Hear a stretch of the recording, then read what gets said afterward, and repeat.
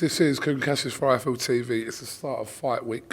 We're in Riyadh. I'm joined by Callum Smith. How are you, first of all, mate? Yeah, good. All good. Yourself? All good, all good. Do you know what the last crescendo means? No idea, to be honest with you. I don't know how to pronounce it, but got a feeling you're going to tell me. Well, no, I've asked a few fighters and no one's really known, but you're all fighting on the bill called the last crescendo. So a crescendo is the loudest point of a sound. Okay. Yeah, that's basically what a crescendo is. So, yeah. Can't learn something new. Every day's a school day, Kugan. You learn something there every day. When did you get in? Saturday night. So chilled out yesterday and then start a fight week today. Yeah, you're obviously used to all this. You've been doing this for quite some time now. You, of your own admission, you're not a massive fan of talking, but you know it's part of the game, and it's a huge fight against Buatsi this week. Yeah, it's massive. It's a big fight for myself. Big fight for both of us. Big fight for British boxing. Two top light heavyweights in the world, both happen to be from the same country, so I think it generates that little bit more interest back home, especially. But yeah, it's a pleasure to be here. It's a great show to be a part of. But from a selfish point of view, my fight's the most important one on the bill, and that's what I'm here for, to come here and do a job. Out of all the fights, and obviously there are quite a lot of good, what's billed as 50-50 fights on it, obviously from a Brit perspective, the fight there, we spoke to quite a lot of people about it, they're looking forward to, or they take as the pick of the card is your fight with Buatsi. But that, again, if that was on, that would have headlined somewhere, wouldn't it? Yeah, I think that's what's so special about the bill. I think there's 7.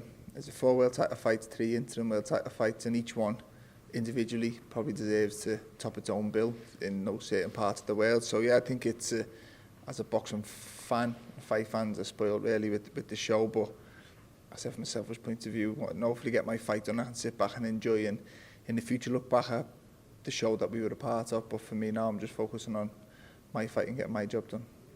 I know obviously you're completely focused on Buatsi, but is the pathway, if you, not saying you're looking past Buatsi, but after Buatsi, the winner, I've asked you this before, the winner of the rematch between Bivol and Beterbiev?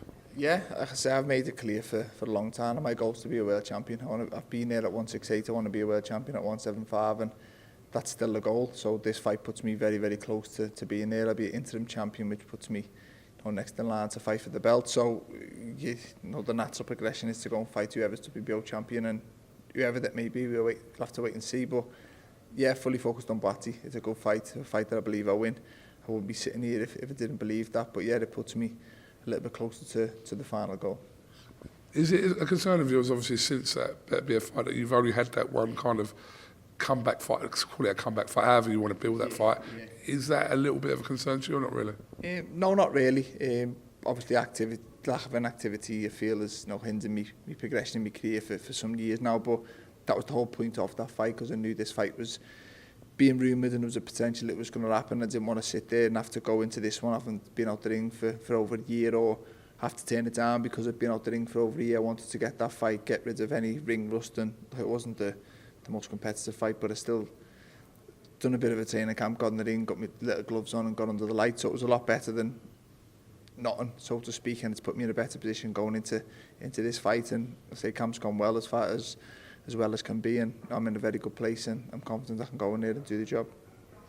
Just the last one away from your fight, the projected Canelo versus Terence Crawford fight, which will happen in September, hopefully. What are your thoughts about that? It's a good fight. It's a bit of a fantasy fight. I think stylistically it's a great fight. The two of the best fighters on the planet anyway, pound for pound. But I don't know. People look at Canelo and think, is he a little bit past his best? I believe he is, but that still makes him, he's still a top fighter. And I don't know, Crawford, as good as he is, he's the older in the fight, although he seems a little bit fresher in his career. But I don't know, I think we see him with Charlo moving up that little bit of weight too much has a massive effect. Charlo was a massive 154, probably a bigger 154 than Crawford is, and yet he was bullied by Canelo on the night. So I don't know, I think size may play a big factor. I think Canelo is the favourite in it, but ability-wise, it's a great fight, and one that, as a fight fan, I look forward to. It was about a week ago, 2 weeks ago, there was a mad little 24-hour, 48-hour period where Canelo versus Jake Paul was on. Canelo versus Crawford was off, and then it kind of all switched round where that fight wasn't happening, and there was a mad little period. What did you think about the whole Jake Paul situation?